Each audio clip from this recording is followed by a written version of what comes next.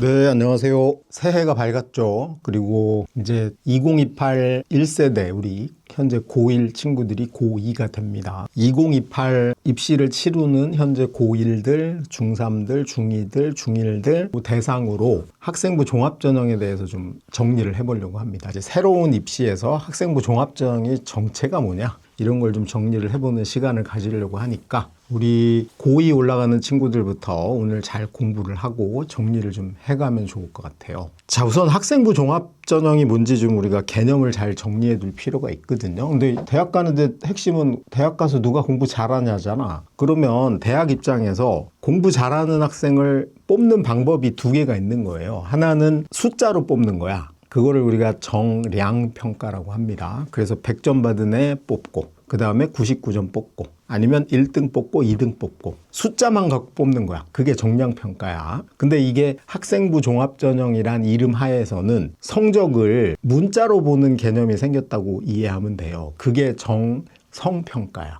그러니까 예를 들면 100점 말고 99점을 뽑을 수도 있다. 숫자대로가 아니고 글자대로 뽑겠다. 그런 걸 정성평가라고 이해를 하면 돼요. 두 개의 개념을 좀 잘 이해해야 돼. 원래 우리가 알고 있었던 개념으로 성적만으로 뽑는 게 정량평가고 그거 말고 그 숫자 사이에 숨어있는 뭔가를 보고 뽑겠다. 그게 정성평가예요. 그래서 정성평가로 성적을 보는 방법. 그게 학생부 종합전형입니다. 여러분이 잘못 알면 큰일 나는 게 공부는 못하는데 활동을 많이 한다고 뽑아준다 이런 게 아니야. 성적을 보는 방법이 다르다. 라고 이해를 해야 돼요. 그래서 이 학생부 종합전형이 원래 그런 개념으로 도입이 된 거예요. 그래서 이제 그 실체가 뭔지를 좀 알아봐야 되는데 가장 제가 이 영상을 만들면서 깨고 싶었던 게 뭐냐 하면 대한민국 입시, 대학 입시의 100%가 학생부 종합전형으로 지금 위장돼 있어. 그렇지 않습니다. 내년도 고3을 기준으로 뽑는 인원이 전국에 한 200개 정도 대학이 있는데 34만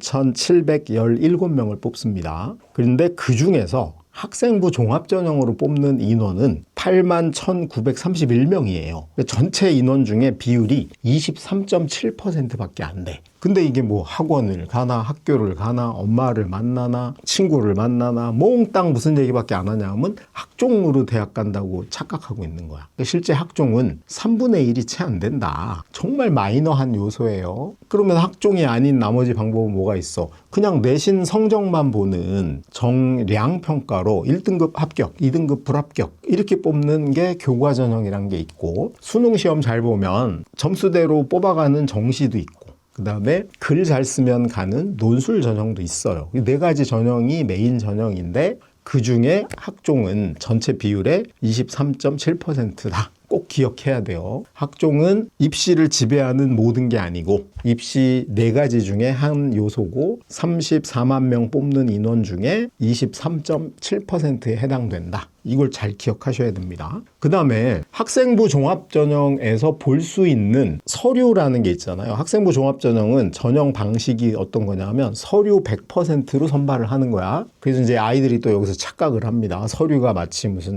자기소개서도 있고 추천서도 있고 엄청나게 많은 서류를 보는 것처럼 착각하는데 서류는 딱 하나밖에 없어요. 이제 남은 게 자기소개서 폐지됐고 선생님들이 써주던 교사 추천서도 폐지가 됐고 오로지 학교생활 기록부 하나만 남아 있습니다. 그래서 학생부 내용을 보면은 1번 항목이 인적사항하고 학적사항이야. 인적사항은 이름 뭐 이런 거 들어가는 거고 이런 건 개인정보보호법에 따라서 대학에 제공하면 안 돼요. 그 다음이 학적사항은 언제 입학했고 언제 졸업했고 요거 기록이 돼 있는 거야. 그래서 이건 아무 의미가 없어요. 그 다음이 출결인데 출결은 의미가 있죠. 이거는 학생부 종합전형이 아니어도 의미가 있어요. 심지어는 학생부 교과전형에도 출결을 반영하는 학교들이 꽤 많습니다. 왜? 출결이 불량하면 대학교 교수님들이 뭐라고 생각하겠어? 아, 저 왼수는 내가 뽑아놔도 맨날 수업에 지각하고 결석하겠네? 감점이 어마어마해. 출결 상황은 되게 중요합니다. 출결 상황이 있고 그 다음이 수상 경력을 기록하는 게 있는데 교내 수상을 기록하는 거예요. 그래서 뭐 교내 수학 경시대회, 물리 경시대회 이런 게 있으면 거기 기록을 해. 근데 그건 학교 다니는 동안은 기록이 되는데 대학의 학생부가 제출될 때는 지워져서 갑니다. 그러니까 사실은 수상 경력도 안 들어가는 거고 그 다음이 자격증 및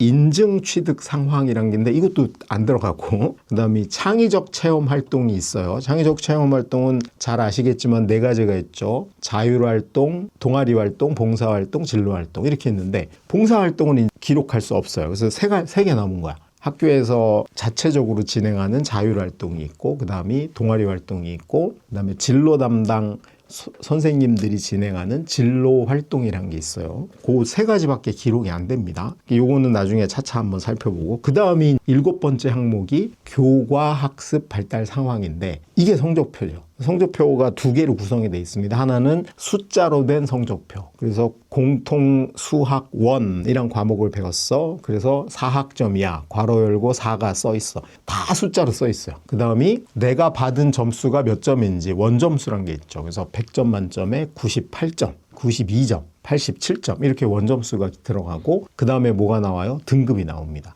10% 안에 들어가면 1등급, 34% 안에 들어가면 2등급. 요게 기록이 남는 거. 그 다음이 성취도라는 게 기록이 됩니다. 그래서 A, B, C, D, E 5가지죠. 성취도도 사실은 숫자의 변형이라고 봐야 되죠. 그 다음에 평균이 기록이 됩니다. 요 공통수학 원을 들은 아이들이 200명인지 300명인지 150명인지를 알려주는 숫자가 들어가고, 그 다음에 평균이 들어가고, 그리고 이게 과목별로 학기제니까 한 학기씩 누적이 돼서 기록이 되는 거야. 요거를 성적표라고 하죠. 그리고 성적표 아래 칸에 보면은 세부 능력 및 특기 사항이라고, 선생님들이 공통수학 원을 배우는 동안 이 친구가 어떻게 수행 평가를 했고, 수업 시간에 뭘 발표를 했고, 아니면 선생님하고의 과제 활동들을 통해서 수학이 어떻게 발전해 가는지를 관찰하고 기록을 해주는 거, 그걸 세부 능력 및 특기 사항이라고 하고 세특이라고 합니다. 학종의 핵심은 요거예요. 성적표만 숫자로 된 것만 볼 것이냐,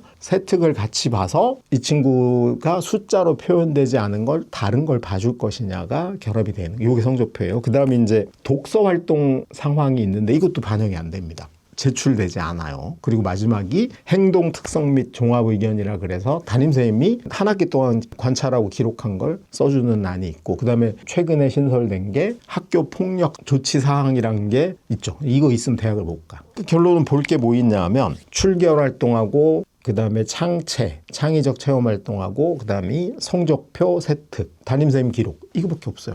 그래서 성적표에 있는 숫자만 보고 뽑는 게 학생부 교과 전형인 거고, 그 다음이 학생부 전체를 보고 뽑는 게 학생부 종합 전형인데, 둘은 핵심이 활동을 본다가 아니고 성적을 보는 방식이 다르다. 교과 전형은 등급 위주로 숫자만 보는 거고, 학생부 종합 전형은 등급의 이면을 보겠다. 근데 그 이면이 뭘까요? 우리 가만히 보면 전국에 고등학교가 1,800개가 있는데 어느 학교는 서울대에 수시로 28명이 가고 어느 학교는 수시로 서울대를 한 명도 못 가. 그러니까 뒤집어 얘기하면 이거죠. 전교 1등도 서울대를 못 가는 학교도 있고 전교 30등까지도 서울대를 가는 학교가 있는 거야. 그럼 서울대가 학생부 종합전형을 통해서 단순 성적만 보고 뽑는 게 아니고 다양한 걸 보겠다고 했는데 결국은 본 건 딱 한 가지입니다. 어느 학교 1등도 떨어뜨리고 어느 학교는 30등도 붙여주겠다는 거잖아. 그럼 정량평가의 핵심이 뭐냐 하면 그 학교의 수준을 보고 몇 등까지 뽑아줄지 결정하겠다. 그게 사실은 정량평가예요. 교과전형에서는 내가 상산고 3등이고 어떤 아이가 일반고에 3등이야.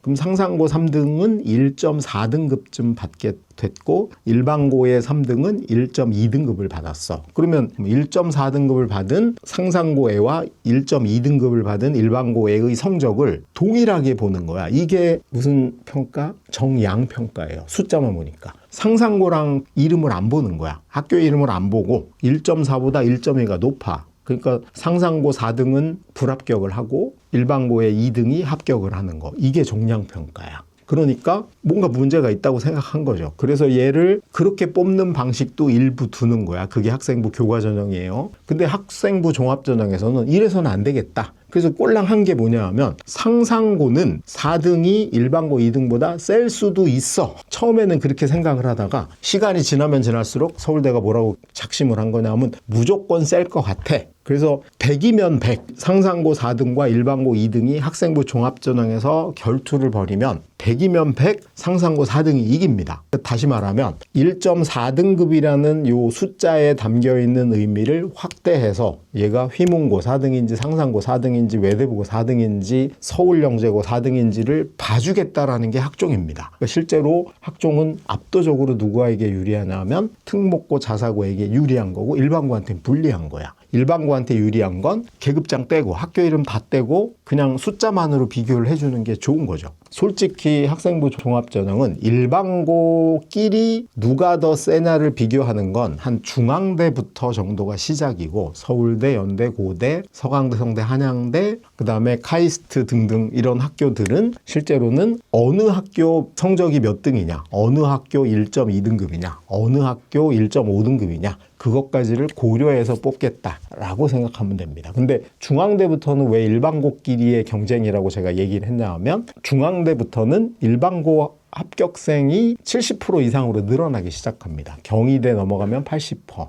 그러니까 이제 특목고 사라지고 자사고도 거의 없어지기 때문에 여기는 일반고끼리 경쟁을 하는 거야. 그러면 여기서라도 A 일반고 학생과 B 일반고 학생의 숫자에만 나와 있지 않은 활동들이나 세특을 비교해주면 좋을 것 같지만 별 의미가 없는 거야. 일반고끼리는 똑같은 걸 배우고 똑같은 활동을 하고 실험 등 다양한 활동이 별로 없기 때문에 결국은 여기도 성적순으로 될 확률이 높다는 거죠. 그래서 우리가 학생부 종합전형이 오리지널로 기능을 하는 건 상위권 대학 위주인 거고 상위권 대학이 성적을 정량평가만 안 하고 정성평가를 하겠다고 고집을 부리는 이유는 간단하다. 얘가 4등인 건 알겠는데 어느 학교 4등인지 좀 파악을 해보자 라고 규정을 하고 그게 누적이 되면서 한 20년 정도 되니까 서울대 입학사정관이나 연고대 입학사정관들은 블라인드를 아무리 해도 학생부를 읽다 보면 아 얘가 상상고 4등이구나 이걸 파악할 수 있게 된 거죠. 그 기술이 너무나 발달한 거야.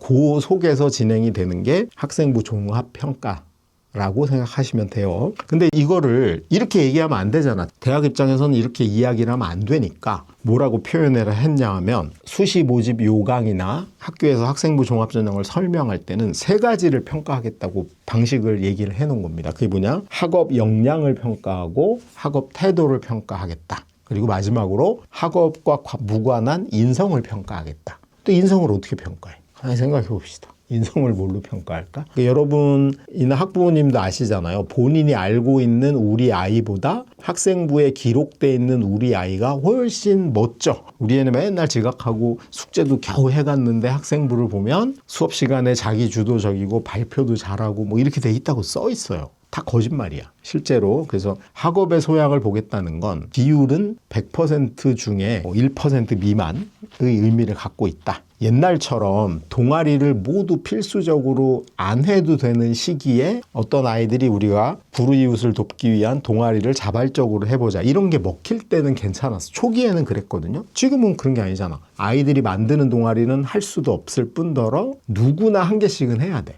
그 상황에서 뭘 차이가 나겠어요. 근데 여기 이제 학폭에 휘말렸거나 아니면 학교를 맨날 결석했거나 이런 게 아니라고 하면 크게 두드러지게 문제가 될 게 없는 상태야. 거의 동점이라고 보면 됩니다.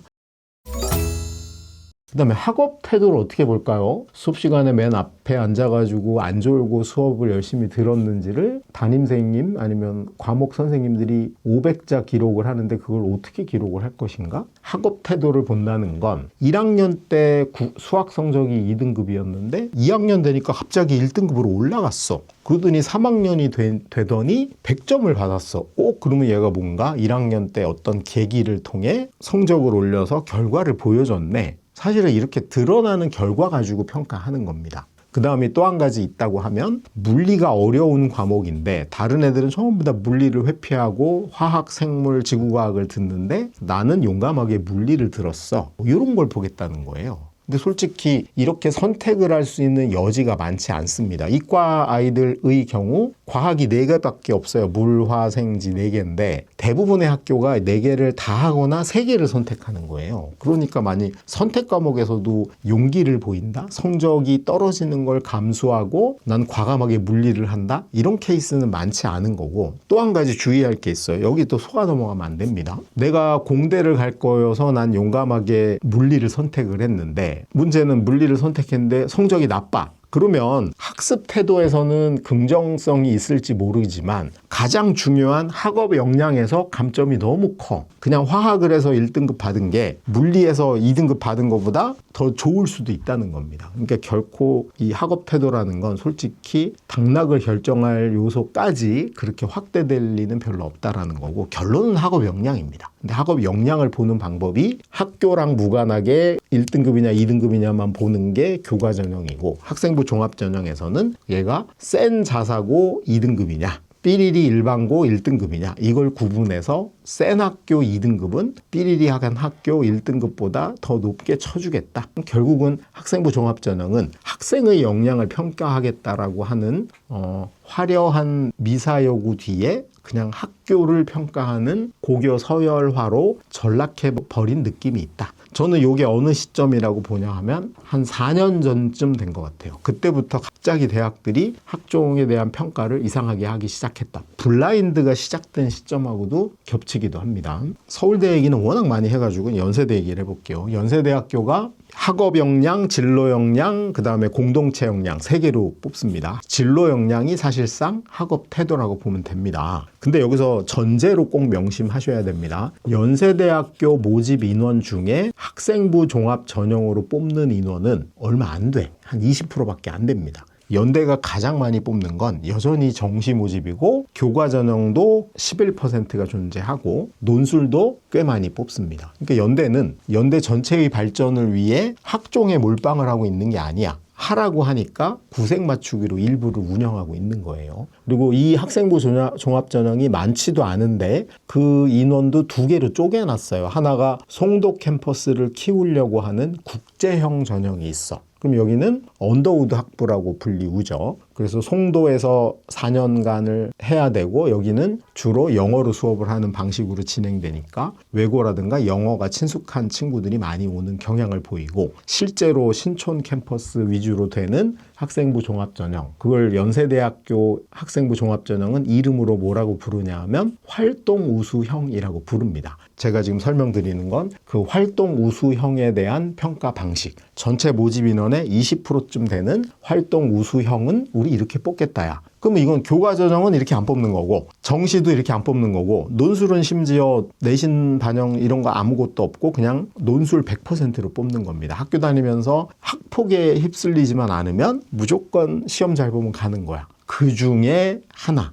n분의 1 중에 하나고, 비율로는 대략 20%밖에 안 되는 학종을 우린 이렇게 뽑겠다고 선전을 해놓은 거예요. 거기 보면 첫 번째가 학업 역량인데, 학업 역량을 연세대가 글자 그대로 하면 이렇게 표현을 했어요. 대학 교육을 충실히 이수하는 데 필요한 수학 능력 이라고 했습니다. 그러니까 우리 대학, 연세대학교 들어와서 수업 듣는데 문제가 없어야 된다. 그 정도 학업 역량은 돼야 된다라고 얘기를 하는 거예요. 그래서 거기 보면 또 포인트가 3가지가 있어. 하나가 학업 성취도, 성적을 보겠다는 거죠. 그래서 고등학교 교육 과정에서 이수한 교과의 성취 수준이나 학업 발전의 정도를 보겠다. 성취 수준, 등급, 그리고 학업 발전 정도, 1학년 때보다 성적이 나아지고 있는지 보겠다. 2가지예요. 그래서 예로 들어놓은 게 이겁니다. 대학 수학의 기본 과목의 교과 성적이 적절한가? 그러니까 여기서 기본 과목이 뭐냐면 국어, 수학, 영어, 사회, 과학이야. 주요 과목의 성적이 적절하냐? 근데 이 적절하냐의 기준이 일반고는 1등급이고 센 학교는 2등급이고 심지어 특목고는 3등급도 뭐 한번 봐줄까? 이러고 있는 거죠. 완전히 잣대가 학교마다 달라지는 잣대를 갖고 있는 거고, 그 다음에 2번째가 키예요. 그 외 과목의 교과 성적은 어느 정도인가? 그러니까 나머지 과목도 보겠다는 겁니다. 그래서 예술, 체육, 기술과정, 정보, 제2외국어, 한문, 교양 다 보겠다라는 의미고, 근데 순서로 봐서는 국영수가 사회가 더 중요하다 이런 의미야.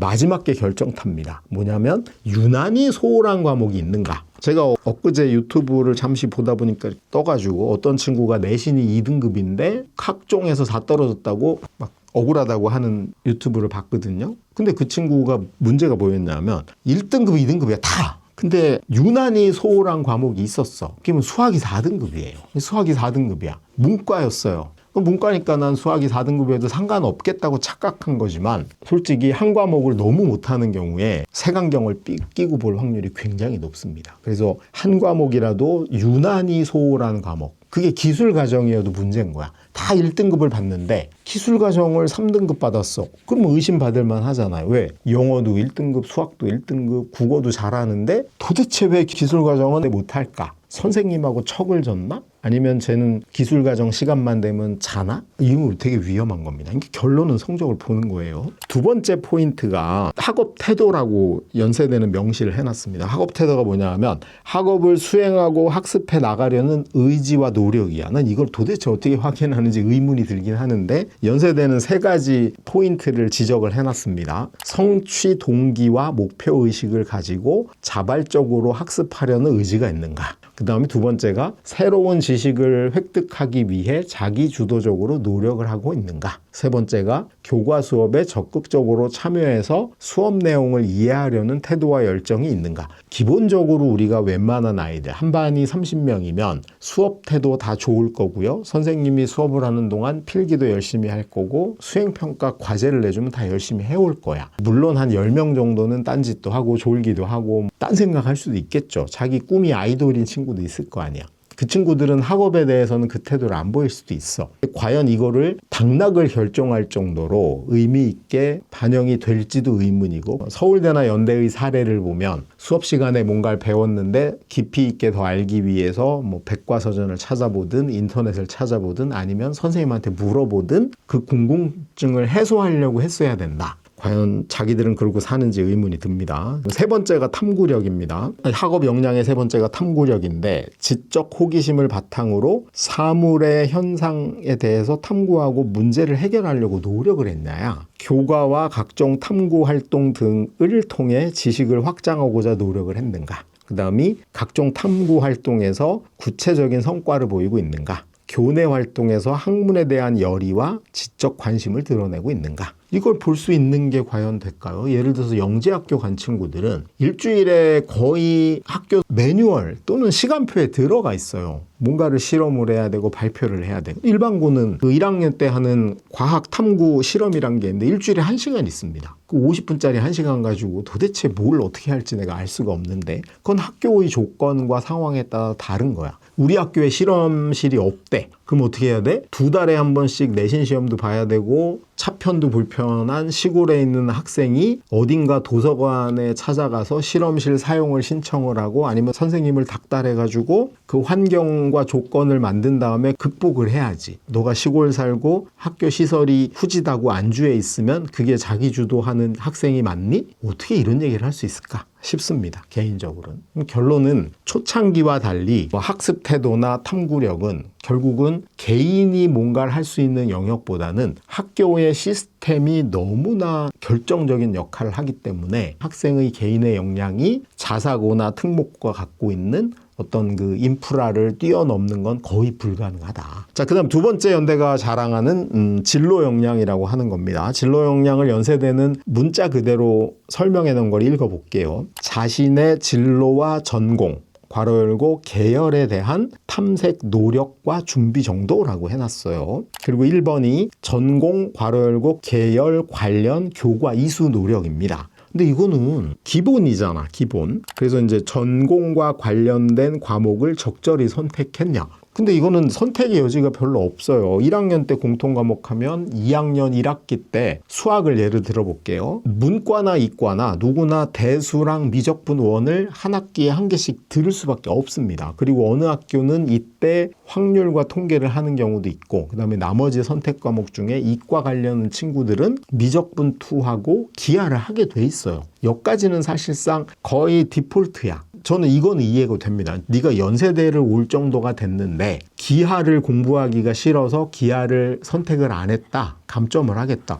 그건 맞는 말이죠. 예를 들면 솔직히 이과인데 수학에서 미적분 2나 기하를 안 하고 상위권 대학을 가겠다고 양심불량인 거 맞아. 그거 이상은 아니라는 거예요. 여기서 이거 오해되는 게 뭐냐 하면 일부 학원들이나 학부모들이나 아이들이 잘못 이해해가지고 인공지능 수학을 안 하거나 고급 수학을 안 하거나 과거 애들이 하는 캘큘러스를 안 하면 못 가는 것처럼 착각을 일으킨다는 거지. 그건 절대 아니다. 기본적으로 꼭 해야 되는 과목들을 회피하지 않았는지가 훨씬 중요한 의미를 갖고 있는 거예요. 그 다음에 더 중요한 게 그거죠. 내가 기하를 해야 돼. 했어. 근데 성적이 나쁘면 어떡해? 절대 안 된다. 기하를 선택을 하려고 하는 순간 기하 성적이 좋아야 된다는 거예요. 이게 같이 가는 거야. 결론은 성적으로 다 수렴이 되고 있다는 걸 꼭 기억해야 됩니다. 그래서 두 번째 얘기했죠. 이수한 과목이 얼마나 되냐를 물어보고 두 번째로는 전공과 관련된 과목을 이수하기 위해서 추가적인 노력을 어떻게 했냐. 그러니까 예를 들면 우리 시골 학교 가면은 전교생이 50명밖에 안 되는 학교가 있어. 거기서는 물리 1까지, 그러니까 물리학은 개설이 되는데 예를 들면 역학과 에너지 과목이 개설이 안 돼. 왜냐하면 학생 수가 얼마 안 되니까 물리 관련된 진로 선택 과목이 개설이 안 돼. 교육청에서 아니면 공동교육과정에서 역학과 에너지 과목을 들을 수가 있어. 그럼 그건 들으면 되죠. 그건 인프라를 제공을 해줘야 되는 건 교육부라든가 학교라든가 지자체가 책임을 져야 될 문제야. 그런 걸 찾아서 하면 되는 거야. 소인수 과목, 너무 인원이 적지만 나는 저걸 반드시 해야 되겠다 그래서 그걸 듣는 경우 그런 건 하라는 거예요. 저도 그건 하라고 합니다. 예를 들면 12명밖에 안 하는 과목에서 신청을 해가지고 내가 들었는데 그게 성적이 조금 나쁘더라도 그런 거는 봐줄 용의가 있다는 거야. 근데 물리학을 안 했다. 이건 다른 문제죠. 세 번째가 뭐냐 하면 선택 과목은 교과목 학습 단위에 따라 이수했는가. 위계. 이건 당연한 겁니다. 물리학을 해야지만 역학과 전자기를 들을 수 있어요. 화학을 들어야지 물질과 에너지를 들을 수 있는 겁니다. 이걸 뒤집어서 하면 안 된다는 거예요. 근데 이거는 뭐 아이의 역량하고 상관없잖아. 당연히 수강 신청할 때 선생님이 알려줘야 되는 거예요. 제가 여기서 다시 말씀드리지만 첫 번째는 연대 올 정도 되는 전공 관련 과목이 있는 거고 예를 들면 건국대에 해당하는 전공과 관련된 과목이 있는 거야. 이거는 건대가 2028을 벌써 발표했죠. 건대는 공대 오는 애들은 물리학을 반드시 해라라고 했어요. 2가 아니고 1에 해당되는 거. 물리학. 그리고 공대가 아니야. 생명과학을 온다. 그러면 물리학도 안 해도 된다. 필수가 아닌 거예요. 그래서 내가 목표하는 학교에 맞는 걸 해야 된다. 그걸 꼭 명심해야 됩니다. 두 번째 연대가 진로 역량으로 지적하고 있는 게 전공 관련 교과 성취도야. 성적을 보겠답니다. 당연히 보는 거지. 선택한 거 좋은데 성적도 본다야. 선택만 하면 되는 게 아니에요. 성적도 본다. 그 다음이 진로 탐색 활동과 경험이야. 자신의 진로를 탐색하는 과정에서 이루어진 활동이나 경험 및 노력 정도야. 뭐 이거는 아까 처음에 얘기했듯이 고등학교의 역량에 영향을 받을 수밖에 없어. 예를 들면 진로 탐색을 일주일에 2번씩 꼭 해야 되는 학교하고 진로 선생님이 육아휴직 가셔가지고 진로 선생님이 부재한 상태의 학교도 있을 수 있잖아. 그런 처지에 따라 아이들이 다른 거죠. 그리고 그 조건 상황에서 내가 얼마나 더 노력을 했냐 정도를 감안하겠다의 의도로 생각하시면 되고 실제로 진로 역량이 당락에 영향을 미치는 그 비율 퍼센티지를 해보면 사실 숫자로 하긴 어렵지만 학업 역량이 90이고 진로 역량은 한 10%도 안 된다라고 보셔야 됩니다. 마지막이 공동체 역량인데 공동체 역량은 1%도 영향을 미치지 않는 그런 상황이라고 보면 돼요. 공동체의 일원으로 갖추어야 할 바람직한 사고와 행동이야. 사고 안 치면 된다는 겁니다. 반장할 수 있으면 하는 거고 동아리 하나 하면서 수행평가하면서 조장 같은 거 해볼 기회가 있으면 해보면서 그런 경우도 경험은 해야지. 내가 굳이 학종으로 연대를 안 간다고 하더라도 고등학교 다니는 동안 수행평가 조장 한 번 정도는 해보는 건 우리가 청소년 시기에 성장에 도움이 되는 거예요. 그래서 이거는 대학 가려고 가산점 받겠다는 못된 심보를 할 필요는 없다라고 이해하면 될 것 같아요.